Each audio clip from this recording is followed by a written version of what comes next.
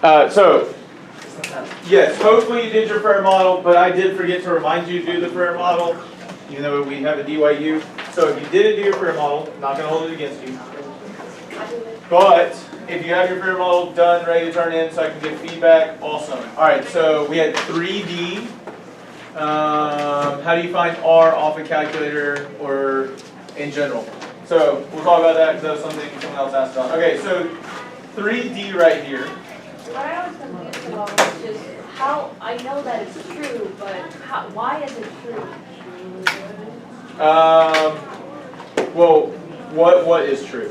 Indeed, that if you flip over, I say that it doesn't prove causation in a way. It just has association between correlation.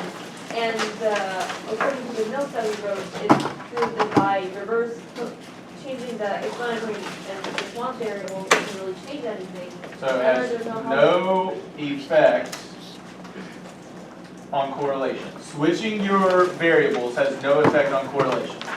So I'm going to explain why in two ways. Okay. So remember, switching explanatory and response variables has no effect on correlation. And here's the biggest reason why. Can y'all get your formula sheet out really quickly? Let's look at that formula sheet. I got it. I'm the first one. Does it show us a way to calculate what our correlation coefficient is? It does. What does it say? It says R equals 1 divided by n minus 1, the sum of xi. You want me to keep going?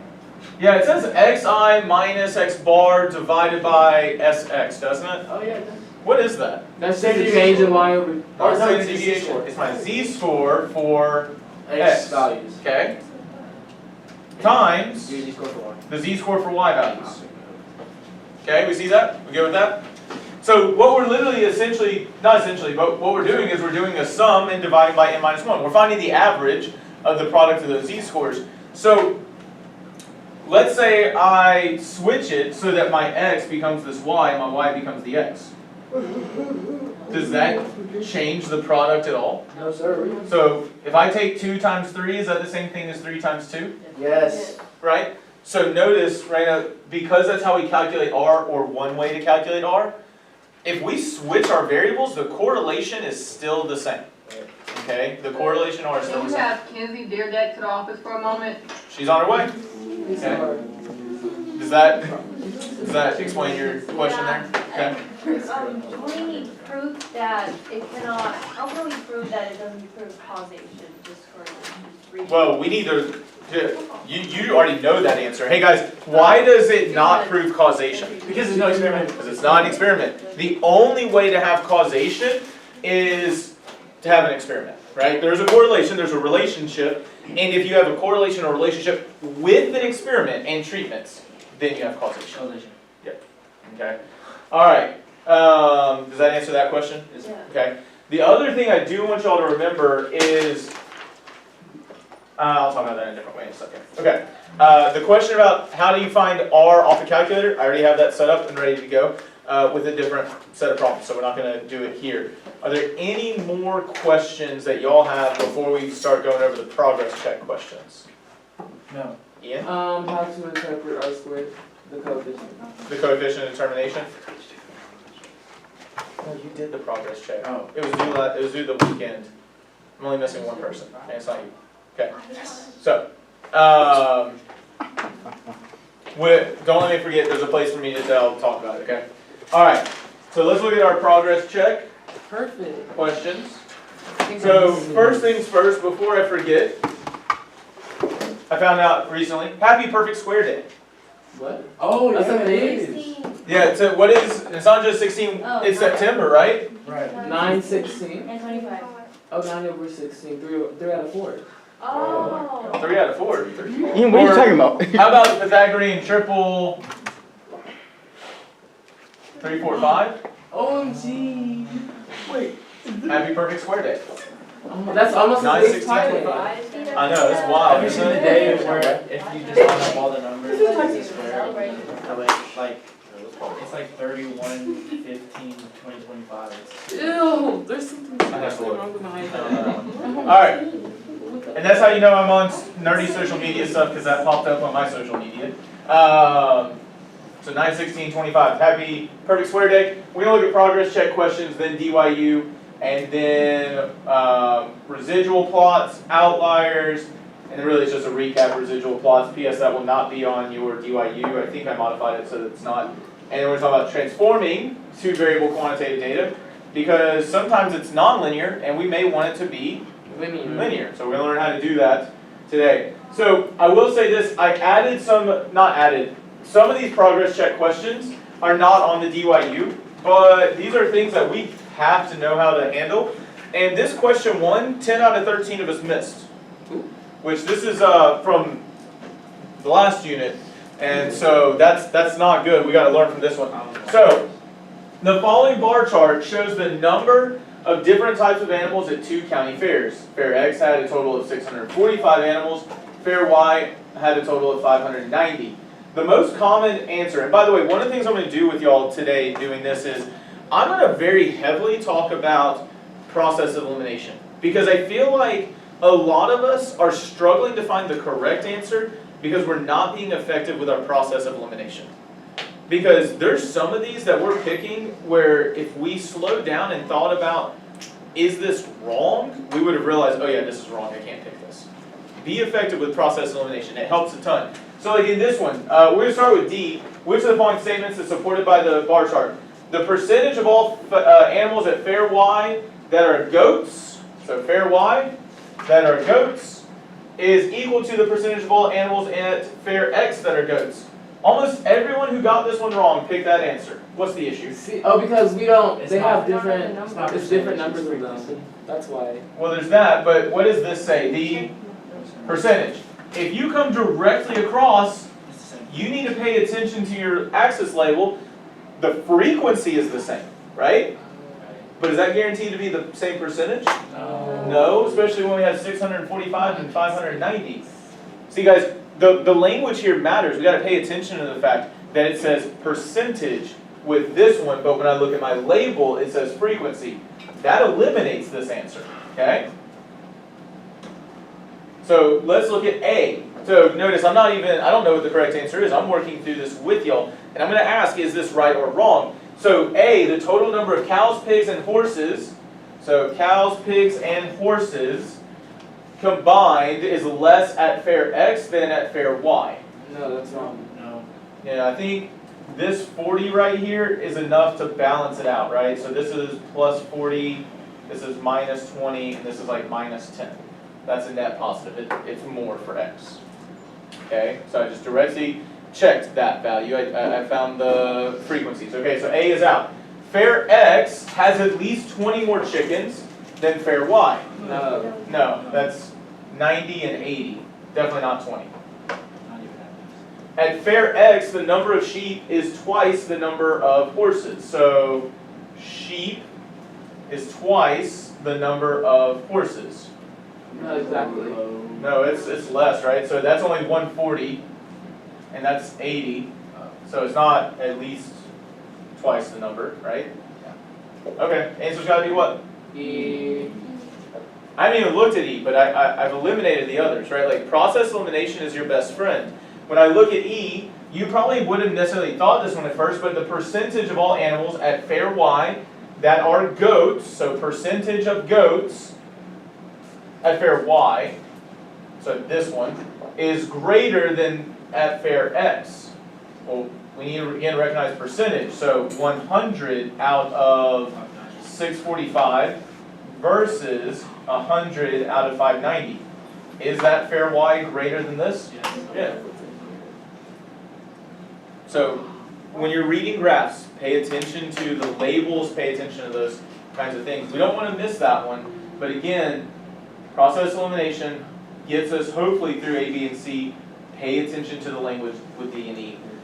This is question number 2. Over half of us missed this one as well. Okay, so we have a table. We need to know two-way tables. Because again, this is bivariate data. It's just not quantitative. It's categorical. But bivariate data is the name of the game with this unit. So we got number of registered voters in 3 different regions and their political parties. Which of the following statements is supported by the table? So A, the region with the greatest proportion of voters who are registered Democrat is region A. Okay, so the region with the greatest proportion of Democrats, it's given. Yep. So, what is A saying? That region A has the highest registered percentage or The region with the greatest proportion of voters who are registered Democrat is region A. Well, I'm not saying it's right or wrong, but what I'm really thinking or asking, I'm not gonna lie, I don't like the wording of this, I'm gonna have to go through all 5 answers for sure. Is that joint, conditional, or marginal? That's what, I'm reading that as a conditional, I think. Yeah. Because it's who are registered Democrat, right? Or, yeah. Region with the greatest proportion who are registered Democrat. So that's the probability of A given they're Democrat. Oh, y'all don't know the probability notation, sorry. Well, that's next unit. Region with the greatest proportion who are registered Democrat. I'm gonna come back to that. I don't like that language. I think it's the probability of Democrat given Yeah. from region A versus given region B versus given region C. Yeah, I think you're right. Who are registered Democrat. It's terrible language. I see why I have those missed this one. Okay, region with the greatest proportion of voters who are registered Democrat. So this is region A given Democrat. That's what you were thinking? No, Or are I you thought saying the that's the other other way. Because the proportion of region A, Yes. that is Democrat, so Sorry. it would be Democrat given, So Democrat given A. yeah. There, that's what I don't know why I had you flipped saying that. Maybe it's what I originally said. So Democrat given A, so we're looking at Democrat and A, right? Given that it's out of A, so that's 100 out of 250, because we're only looking at A. Which B would say the region with the least proportion. Oh, and so I gotta compare it against all of those? Yeah, But Yeah, what to are you compare it comparing it with? the other region. Alright, I'm gonna actually jump to D and E. I'll explain why in a second. This is gonna sound goofy. D and E are way plainer to read, Oh, okay? The proportion of voters who are registered independent in A is less than the proportion who are registered independent in C. So independent in A, or registered independent in region A. So that's just A and, did I go forward? Sorry. yeah. A and independent is 50 out of 1,015. What was the other one? Independent and C. So that'd be 100 and 1,015. Okay? That's less, right? I didn't mean to find it that way, but what's the answer gotta be? It's C. B. It's C. The answer was C? Yeah. Yeah, because I think that Who one's are a- registered that's a independent. conditional probability too, I think. I think it's Oh. It's also worded weirdly, but Who are registered I think that's independent given Given A. region A versus Yeah, it's independent C. given The region answer. C. Yeah. Is I it, then it would be this 50 over problem. 250 compared to 100 over 600. I think it's So you would eliminate But- that choice. Yeah, I Yeah. got C. Who are registered Well, that's independent. Because 50 over 250 is greater than 100 So over this is 600. independent given A? Yeah, Oh, and really? then independent given I did C. yesterday. Okay, no one Okay. understood it. Yeah, because it doesn't, yeah. That's terrible wording. Yeah, that's right. So they have to be in region A, Yes. who are registered independent given they're in A. That's gross. So that would have been what, 50 out of 250 for D versus independent given, what was it, C? Yeah. 100 out of 600? So if you check that, 1/5 is definitely greater than 1/6, which is why D is wrong. The proportion of voters who are registered Republican in Region C, so again, they have to be in Region C, and it's Republicans. Okay, Republican given C was 200 out of 600, so a third, versus Republican in region B, 75 out of 165. Okay? And so that's supposed to be greater. That is definitely registered in region C. Did I do region C? Yes, he was the first. Yeah. Oh, and that's almost 50%. Right? So that 1/3 is less than that. I hate this language of this problem. Okay? I thought I was dumb reading. No, it's terrible. So then the region with the greatest proportion of voters who are registered Republican, and so is region B. So we decided that it was Republican given B, right? Yeah, Yeah. So Republican given B, because that's the 75. so Republican given B, and so we have to check against Republican given A and Republican given C. Yeah, that's terrible. Okay, so 100 out of 250 for this one. B, 75 out of 165.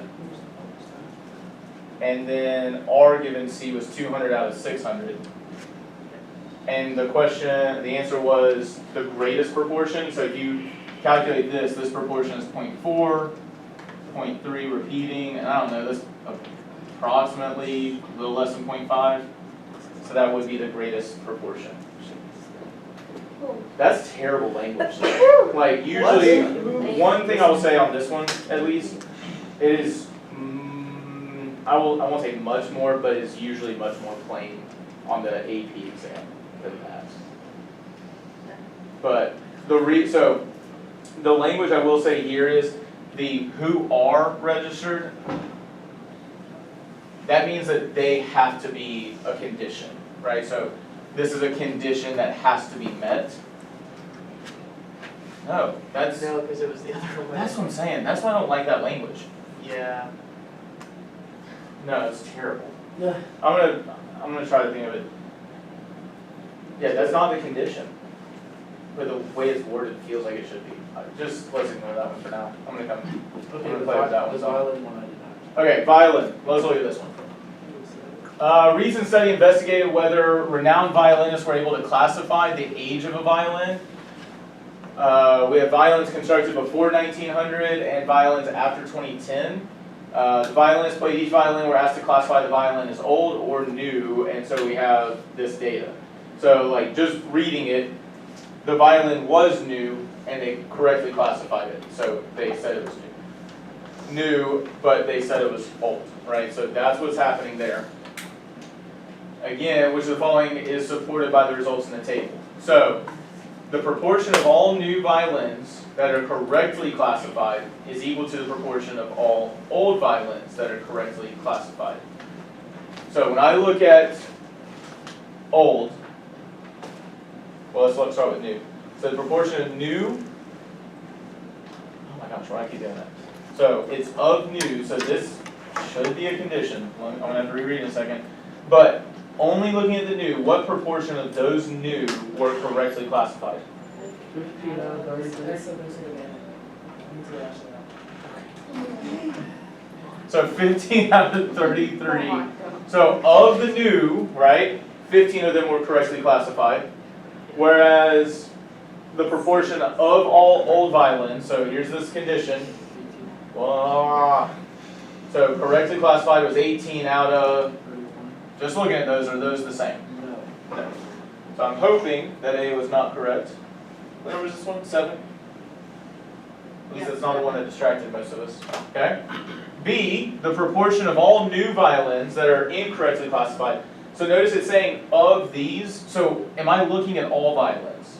No. So I will point that out. Like I'm not looking at all violins. I'm only looking at the new ones here.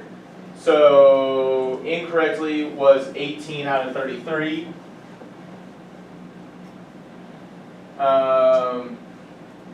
Proportion of all old violins that are correctly classified. but that's only 18 out of 31. So the frequencies are the same, but are the proportions the same? And I think that's what distracted some of us, the 18 and 18. Or maybe we did 18 out of 64 and 18 out of 64, but we gotta recognize it's only the new violins. See, like this language is way better than the last one. But it's the proportion of all new violins that are incorrectly classified. So we're only looking at new, only looking at old. C, the proportion of all incorrectly classified. So now I'm only looking at the ones that were incorrect, right?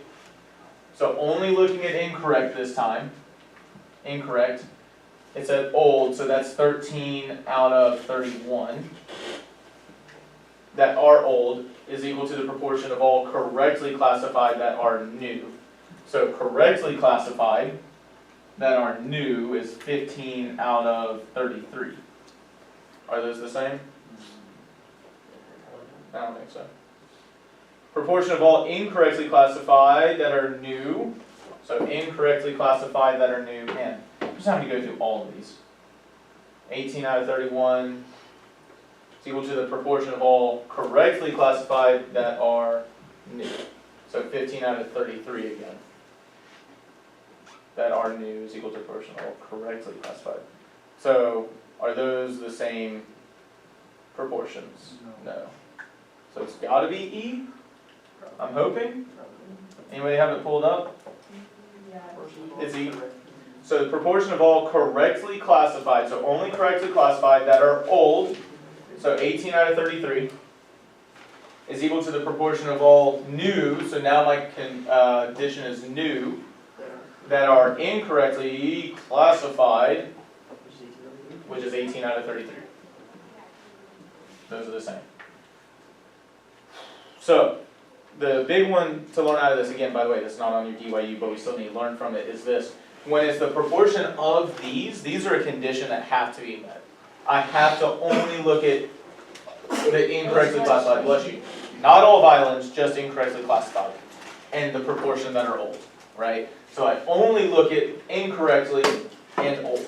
So 13 out of the 31 incorrect. So looking at that condition. Star, does that make sense now? Okay. So you have to find that condition in there.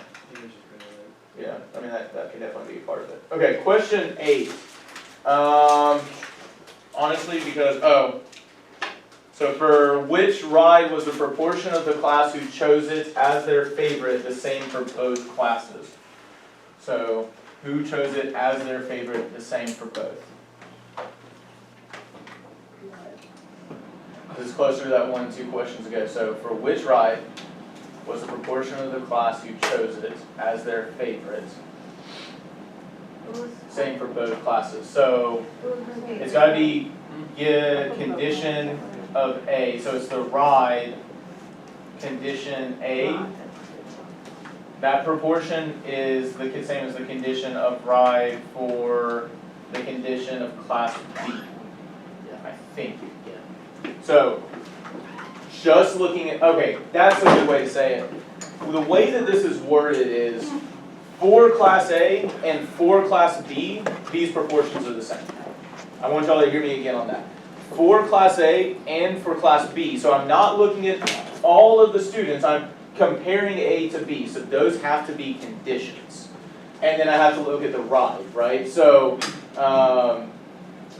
what was the first one? Carousel?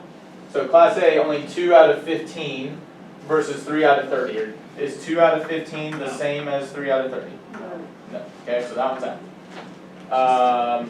Roller coaster. So 5 out of 15, 5 out of 30? No. Ferris wheel, 1 out of 15 is the same as 3 out of 30? No. 2 out of 15, 9 out of 30? No. But this would. Notice that's a third and that's a third, right? That proportion of the boat who like the boat ride the best. Say again? Yeah, so there's Class A is half of Class B, so the number of boat ride has to be half of Class B as well.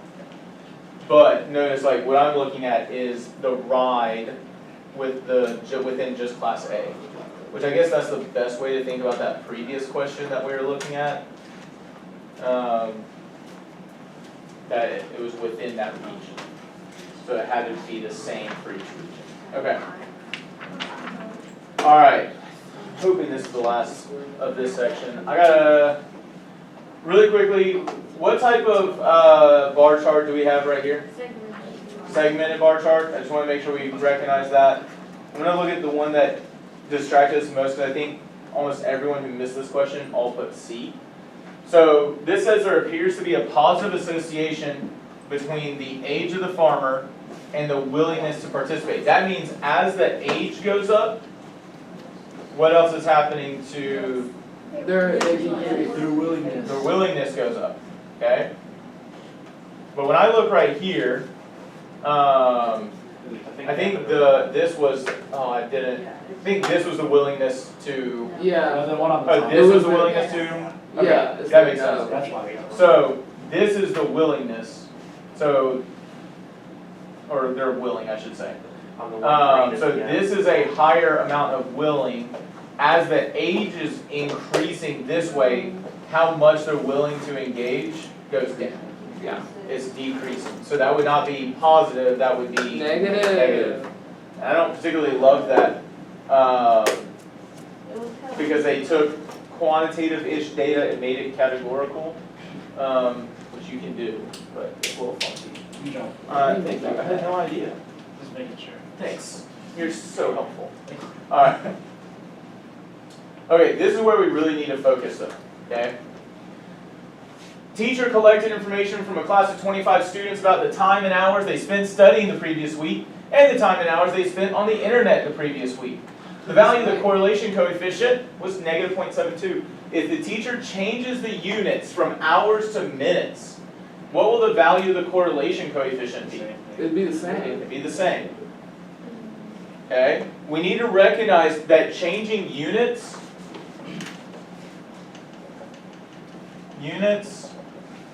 doesn't change R. Does anyone know why? Because it's not relevant. Well, like, we're still talking the same context. Because R was a Okay. fraction, and if you multiply it, then you're multiplying both the numerator and the denominator, which is valuable to really make it a big number. Okay, that could be part of it. There's something else I was thinking about though. Let's go back to the calculation of R. It's two what? Z-scores. And what do Z-scores not care at all about? Well, units. Z-scores don't care about units because what is a Z-score? How many candidates you are? Number of standard deviations above or below the mean. So if R is based off a Z-score where units don't matter, it's just the number of standard deviations above or below the mean, then the units won't matter for R here. Does that make sense? The units will not make sense or matter for R here. Okay? So when you change units, that does not change your R. Okay, so a lot of us have been asking about how do we calculate a correlation. So first off, on this progress check, they don't give you R, do they? Okay? So what are you going to have to do to calculate R? You don't have to plot it, but you do have to put it in your calculator, right? So you don't have to graph this data. So I went ahead and already set this up so that I could be a little bit faster with this part. So there's my data. You see all that data? See that fun stuff? So once you have your data in, what am I going to do calculations? Menu. Stack calculation. Stack calculations. And not two variable. Linear regression, right? A plus bx. Yep. I typically like a plus bx. Now I'm going to show you two things. Now, what was number, or the temperature was the explanatory, wasn't it? Yes. Yeah. So temperature and number sold. Notice it saves it as a function. I pointed it out to a few people, and we put it into result column C. So notice there's my equation, and there's R squared and R. See that? Wow. Okay? That's it. Please don't miss those questions. Calculator does all the work for you. You just got to know how to put it into the calculator. So you just do a list and spreadsheets page, put the data in, and run the calculations. Now, one thing I do want to show you really quickly, because it will take next to no time. let's say I were to flip my explanatory and my response. What's gonna happen to R? Nothing. Nothing, it's gonna stay The same. exactly the same. So I want you to notice, the slope, the y-intercept, yeah, those change, they have to change. But R squared, the coefficient of determination, the correlation coefficient, exactly the same. Okay, exactly the same thing, Exactly. okay? Mr. King. Yeah, Oh, wait, how many more are you doing? Cause like there's one I need to go over. I'll check in a second. So what was that answer, point, negative 0.85? Yep. Yep, okay. I still have, what question was that one, 15? I have 17 and 18 on here, Wait, okay? Those are the last two. So number 17. A certain cell phone plan charges a fee of $1 for each international call made plus 2 cents for each second of talk time for the international call. I don't love this question, okay? But there's a couple of things that we should be able to do. So the question is, what is the appropriate value of the correlation between time and cost for the international calls? The most common distractor that got a lot of us was C. Okay? So the appropriate value is 0.97 because there's a strong positive relationship between the time and cost of a call. I'd agree with that. Is that fair? But why I'm not? not seeing where 97 is coming from. Yeah, I'm not coming to seeing the 97 either, 0.97. But I want us to, well, let me ask this. Which of these could it not be? Process elimination. It can't be D. It can't be which one? D. D. Yeah, as the number of minutes increase, as minutes go up, what happens to the cost? Goes up as well. Cost has to go up as well, right? Like, that is what's going on here. Okay, and we just said, thinking no to C. It can't be 0. Why can't it be 0? Because there is variability. Oh wait. Why can't it be 0? But 0 Because doesn't mean. There is variability. Yeah, 0, so first off, 0 does not mean that there's no variability. 0 means that there is no correlation. Is there a correlation here? Yeah. Yes. Now this should be a huge hint to you, the no variability. So we're going to talk about that in a second. But now we're down to A and B. Can't be A. It It can't be A. What is the maximum R? 1. So It's B. Hey guys, there's a perfect linear relationship. So R is 1. Notice if you just make a call, you haven't even, so we have time, we have cost. If you just make a call, you're still spending $1, right? Oh, it's each second? Oh. After 1 second, you spend it 1.02. After 2 seconds, 1.04. This isn't stats, this is math, right? Like, there's no variability in there. That is how much it's going to cost, so the correlation is 1. It is a perfect linear relationship. Okay, that's a weird one, but again, I want to point this out. B would not have been my go-to instinct, but I could have known right away it can't be A, R can't be a 1.02. I do like this reasoning of where's the 0.97 coming from? There's no evidence for that, right?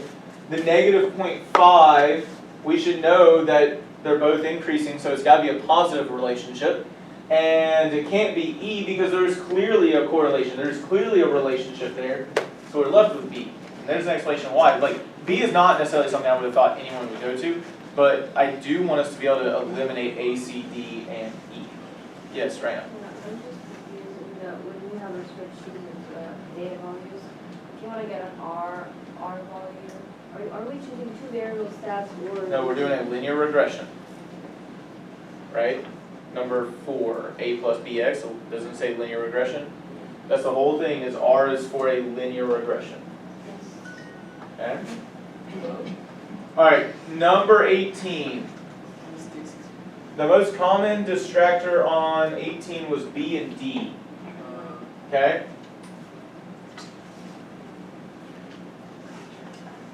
So looking at B and D, first off, we got to think about what's our explanatory and what's our response variables.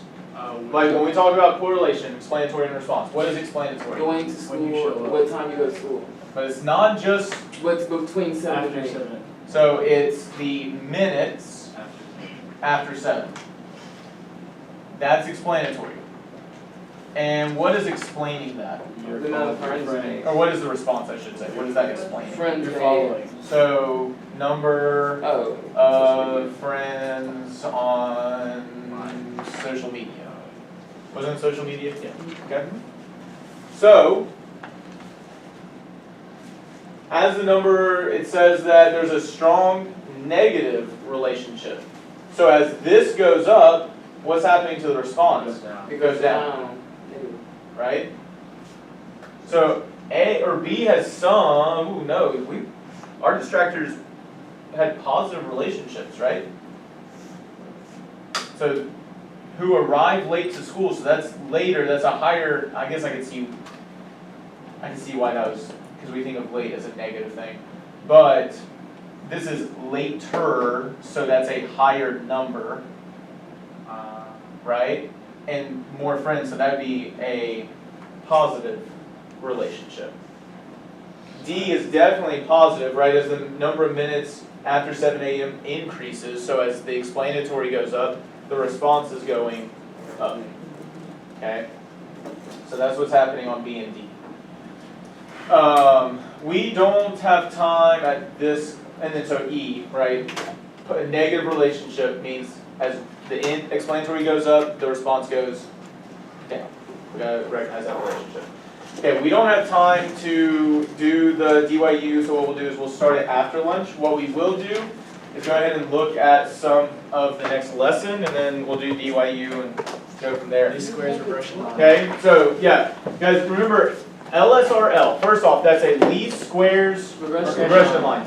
What is a regression line, though? What is a least squares regression line? It is a It's a predict how the prediction. response variable changes as the explanatory changes, usually to predict the x. so it is The a y. prediction, right? Yeah.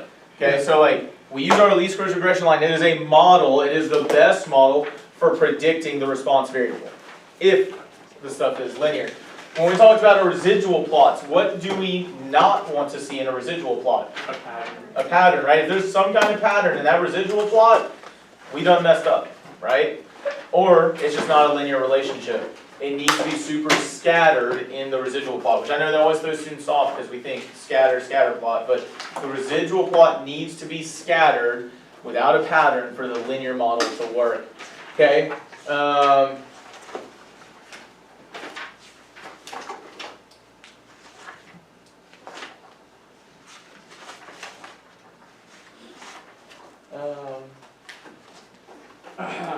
Yeah, let's just quickly talk through these a little bit. We'll see. Alright, so this is the check your understanding on the last page. When you look at, we didn't talk about this one at all yet, did we? Yes. No, we didn't talk about it. Okay, well, this fuel economy, city and highway fuel, so as the city fuel usage goes up, what's happening with the highway fuel It also economy? goes up. Okay, so how do we describe this relationship? It's positive. There is a positive, linear, I feel like we're missing something. Strong. Strength? Yeah, I would say there's a, and that's how I would usually do it. There is a strong, Isn't that moderate-ish? I don't know, it looks pretty linear to me. Strong, positive, Linear. linear relationship Between, the two fuels. between city fuel Yeah, I guess and highway fuel economy. Which I really should have economy in both. Okay. Strong, positive, linear relationship. Now, are there any unusual features? not that we know of. Not that I see, really. Oh, see. So, I would say no. You could add that detail if you want in there. Okay. Looking at your sheet, don't forget, how am I going to find that least squares regression line from that output table? Remember, I don't have the actual data points here for this one. It might help to actually have this sheet out. How am I going to find that least squares regression line? The predicted. Sorry, hold on. Just write predicted highway equals A plus B times the input is city.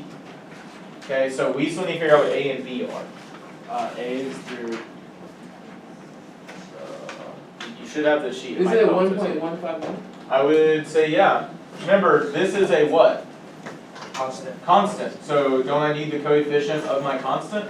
Yes. So 1.151. Notice by putting city right here, my explanatory and my response, putting city here, literally I have a coefficient of the city fuel economy. Is that 1.469? Yes. So writing out that a plus bx with those variables in there helps me see this a little bit more clearly. Yes. Why are you using, why are you changing the line, in the chart, what this other section column is? SCE. Yeah. So we haven't studied it yet. It's called standard error. We'll study that later. Just because it's coefficient that would be It's just coefficient, right? So coefficient of the constant is the coefficient of that variable. We'll talk about SE. It's connected to standard deviation. All right. So what is meant by least squares regression line here? What does this regression line do? it predicts the volume. Predicts Yes. the X value, It does predict the x value, but why is it called a least squares regression because line? that's the least amount of residual difference. So that one is going to minimize Square. the sum of Versus residual squares, yeah. right? So that regression line minimizes the sum of residual squares. Note that makes this the best prediction, right? So this is the line of best fit. This is the best prediction we can get. Right? It is getting the closest to all those data points that we can get.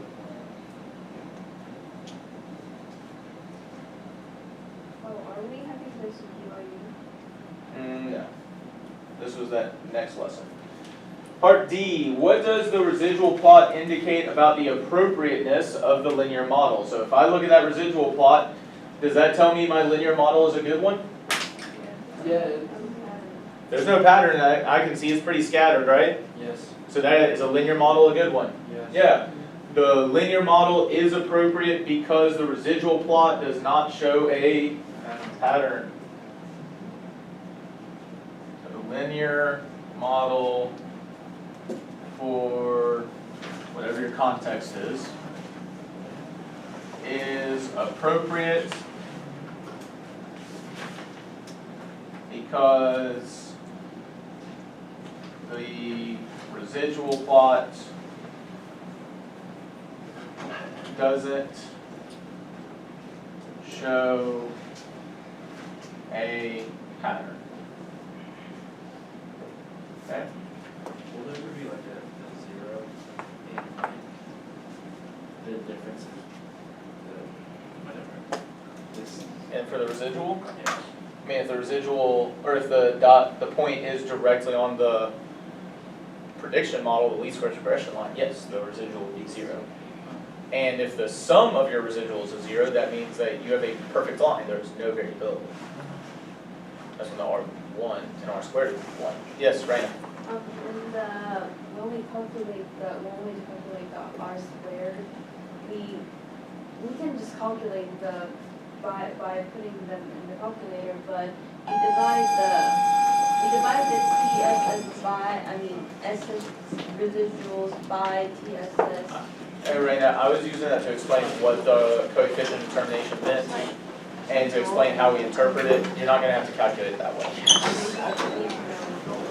It helps in understanding how to interpret it. That's the biggest thing you gotta remember. No. In stats, guys, you don't have to do a whole lot of calculations. You mostly have to interpret. Small calculations like calculating a residual and predicting values. We haven't studied it. We'll learn that after.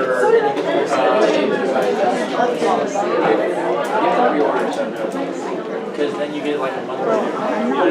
It's cheaper, a lot cheaper. What he's saying is not sticking to me. It's like, I shook hands real good. my name what is that? So like if you were to find the squares from the mean, so there's a whole lot of different ability to put that total sum. That's what you need. But there's a less amount of variability from the sum of squares between the decision. If I do 1 minus that fraction, that tells me the percent of these total sum of squares that's explained by the difference by the coefficient. Okay. Kinsey, or can one of y'all make sure the camera's done? Stop. Yeah. Hello? How do I stop it? How do I stop it? Do I just close it? That we need to ask based on the DYU we just took. So like, just starting with, yeah, make sure pencils are put away. Brandon, make sure the pen that you use this whole time is put away, so the plastic's away. You can have the green one out. Does anyone need a colored pen? They can come grab one. We're gonna replace this, but we still haven't gotten our school money yet. So you can grab one until they're all gone. Okay, multiple choice. Were there any of these that really caught us off guard that we have a question about? Yes. The last one, Madeline? Number 7 on multiple choice. And was that the last one? Number 7. Okay. That's this one? Okay. So, Sharon was interested in purchasing a specific model of a used car.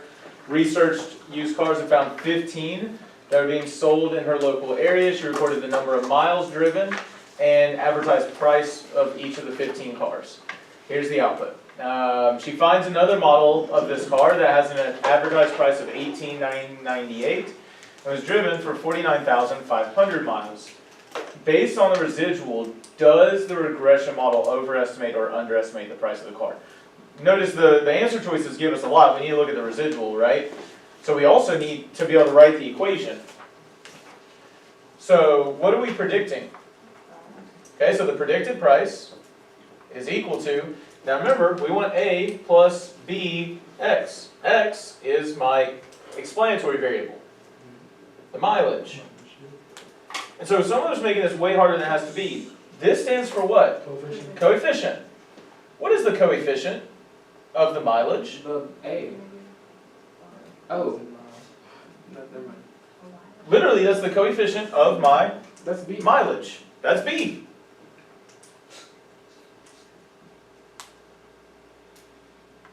Like, if we put our variables in here, the coefficient's right there, okay? And then so A, the y-intercept, notice again, it's a coefficient of a constant. The only constant in that equation is A, 26,411.96. Now, we're going to look at a problem later where we actually interpret these things, but I want you to notice is, what this is saying is if the mileage is 0, then the predicted price is $26,411. But for every extra mile, that price is dropping by $117 on average, or typically, right? Like that's what's happening there. Now, it says, does the regression over or underestimate? Well, first off, I need to find the estimate. I need the prediction. So what is my predicted price? 26, 911.96 minus 117.84 times hit at 49.5. Times 49,500. No, not thousand, the mileage. Yeah, we need to be aware of, let's just think about that, because you're saying large numbers, right? Thousands of miles. So how many miles is that actually? 49.5 thousand miles. So that might have been part of the issue. And again, that is thousands of miles. So I should have said it's $117 off every 1,000 miles, yeah. So that should have been a 49.5. Because you're right, like putting 49,500 in there gives you a wicked negative number, I would assume. Yeah. So what was this predicted price? 20,000, I think. I got something that had, it was 10 to the 6th power. Did you put 49,500 or did you put 49.5? I put 100. 49,500? Yeah. But remember it says in thousands of miles. Oh. So that's 49.5 thousand miles. You had to use 49.5. Okay. So that super negative should have been what Yeah, that's what slowed us down, yeah. Cause I was thinking about that, I was like, if I put in 49,000, that's gonna be way too big of thousands of miles. So you use that, and it's only 49.5 here. So what was the predicted price? I think it was 20,577. 20,577, somewhere in there? Yeah. So that prediction is that over or underestimating the price of the car? That's overestimating, right? Because the residual is what? Negative. So that's what we need to be careful about as well. Notice the residual is actual minus predicted. When the data point is below and the regression is above, that's a negative residual. So we gotta be careful with those details. So we are overestimating and the residual is negative. Okay, so again, to actually calculate that residual, I definitely get, Lorelai, why you were saying positive initially there, because we're like, oh, it's over, so it's a positive idea. But remember, that means that our estimate is above, the actual is below, so that's a negative residual. That's why I always try to draw it out, or just calculate that residual. So notice if calculating the residual, we get the negative, we're down to B or D. And then recognizing, hey, that's bigger, so it's an overestimate. Okay? And no other multiple choice caught us off guard? Yes. Bigger residual value overestimated. If it's a negative residual, it's overestimating. Because look, here's the actual value, and I subtract a larger number from it, so I get a negative residual. Okay? Number 6. Number 6 as well. Oh, that's what we're doing. That one. Yes, I didn't know how to find it. Well, what is a residual? Difference from the line. The distance from the regression line. And so we want the largest residual, meaning it is furthest from the regression line. Oh, so I got it right. So C, Perfect. right? Isn't that furthest from the regression line? That's the residual. Okay, notice it's that vertical distance. So we want C on that one. Okay? All right, free response. I take it this took us the majority of our time. Okay? 8A. So, first things first, how would I find R? Square root of R Check the squared. square root of plus square. Yeah, really quickly, I do want to remind you this. R squared is 86.5%, or I'm going to write as 0.865. Please remember, am I ever asking you to do R squared adjusted? No. Again, do I even know what it is? No. Should I, as a stats teacher, probably look it up and find out what it is? Maybe. Probably, but Who cares? I'm not doing it today. I'm sorry. So if I want R here, what do I need to do? We get to this is square root. Square root, okay? So what does my R become? 0.93. 93005 or something. Okay, so we'll start with 0.93. Now, I do want to caution, I do want to point this out. Let's say that that had been the R, that was the R squared, but my graph had looked like this, and I probably should do one of these in the future. Change it to this question. It's a negative. We need to recognize that in that case, the R would have to be a negative 0.93. Obviously, it's not the case here, but we would need to recognize if that had been the R squared and this, and I had this relationship, R would need to be a negative 0.93 because it's a negative association. Okay, so how would I describe that relationship? I think overall, hopefully, well, first off, when we say describe the relationship, we got to use what acronym? DUFS. Direction, unusual aspects, form, and shape. So there is a Strong, positive, linear relationship between the chest girth, chest girth of the elk and their weight, right? There's a strong, positive, linear relationship between the chest girth of the elk and their weight, is what you should be looking at there. Okay? So, I'm going to do shorthand here, but you need full context. Strong, positive, linear relationship. Yes, right now. I think I asked you this question about it. I knew something was wrong, so I just didn't have time, and while you do it, I calculated the right answer. It's just, that's not kind of what you I perfectly understand that. I know, but we gotta learn from it and do better next time. Yes, I know what an introduction or square is. go what? I Oh, know. you looked it up? Yeah. Hold off on that just for the sake of time. Alright, B, write the equation for the least squares regression line for chest girth versus the weight. Y'all killed me on this one. Same thing as what we just looked at. The predicted weight. By the way, I need you to make sure you pay attention to this. If you don't have that hat on there, you don't have a predicted weight. The weight does not equal, the predicted weight is equal to Negative. A plus, hold on one second, B times girth. Okay, so A is what? Negative 135.51. 51 plus 2.8. 2.80 times girth. Okay? Like that's our equation. Which means if the chest girth is 0, what's my predicted weight? Negative 135 plus 2. Negative 135.5 pounds? Is that what it is? Kilograms, okay?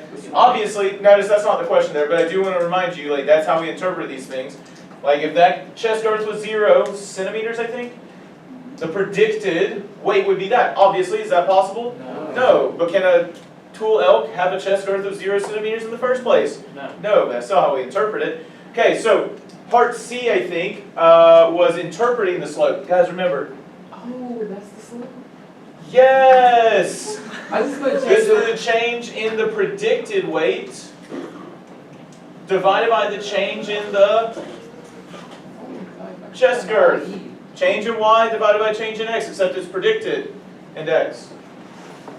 So for that C, for the chest girth is what? Measured in what? So for every extra 1 centimeter, then what? I should include more context.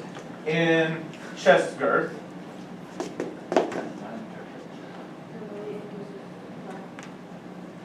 there is a predicted increase, or increase in predicted increase in tool elk weight by what?